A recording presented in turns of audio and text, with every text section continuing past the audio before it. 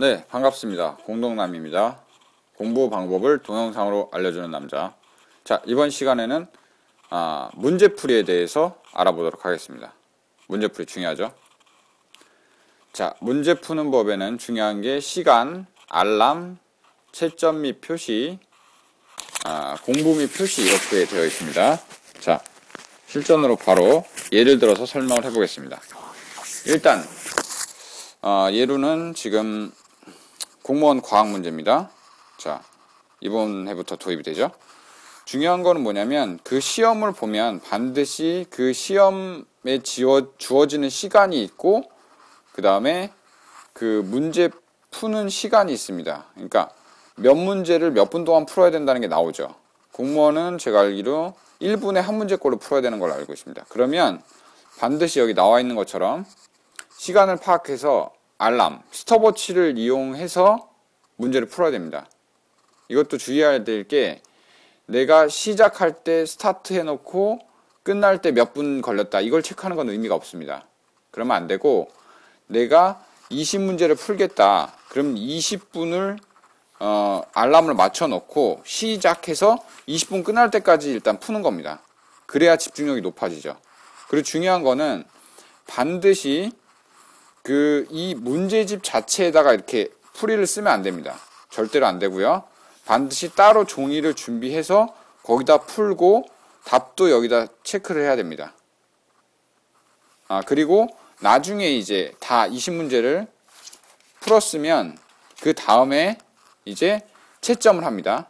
여기 채점 및 표시라고 되어 있죠. 자, 채점을 했습니다. 공부 안 했죠. 무진장 틀렸습니다.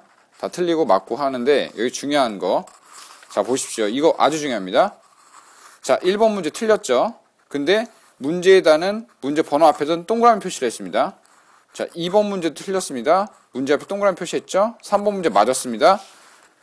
문제 앞에 X 표시를 해야 되는데 이건 물음표를 했죠. 이건 찍어서 맞춰서 그렇습니다. 어쨌든 이제 제대로 맞췄으면 어떻게 표시를 하냐. 자, 이 11번 문제 제가 좋아하는 생물이네요. 지금 얘하고 다르네요. 네, 11번 맞췄죠. 10번, 11번. 네, 이거네요. 자, 10번 맞췄는데 X라고 표시를 했습니다. 이건 뭐냐? 표시할 때 아주 중요합니다. 여기다 표시하는 거는 내가 이 문제를 맞췄네 틀렸네가 중요한 게 아니라 이 문제가 나한테 필요하다. X는 나한테 필요 없다. 그러니까 이거를 아냐 모르냐를 표시를 하는 겁니다. 그래서 모를 경우에 이 문제는 나에게 필요하겠죠. 그리고 꼭 알아둬야겠죠. 동그라미 표시를 합니다. 그래서 그 다음이 중요합니다. 이렇게 해서 쭉 다 체크를 했죠. 그 다음에는 이제 공부를 하는 겁니다. 맞춘 거는 공부할 필요 없겠죠. 맞춰서 필요 없는 문제가 됐으니까. 틀린 걸 이제 공부를 하면 이 내용을 찾아볼 거 아닙니까? 앞에서 이론서를 통해서 이게 뭐 획간의 거리 이런 문제인데 어쨌든 이게 어떻게 된다는 거 알았겠죠. 그러면 여기 중요한 게 나오죠. 공부 및 표시라고. 무슨 말이냐면 이 앞에 내용을 이제 살펴보면서 이 이론 내용을 살펴보면서 이 부분이 문제로 출제가 됐구나. 거기다 표시를 해놓으라는 겁니다.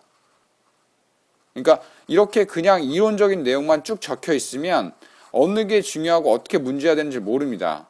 역으로 문제를 풀어보고 문제에서 이렇게 나오는구나. 여기가 중요하구나 하는 거를 역으로 이제 문제 푼 다음에 이론 내용에다 체크를 해주는 거죠.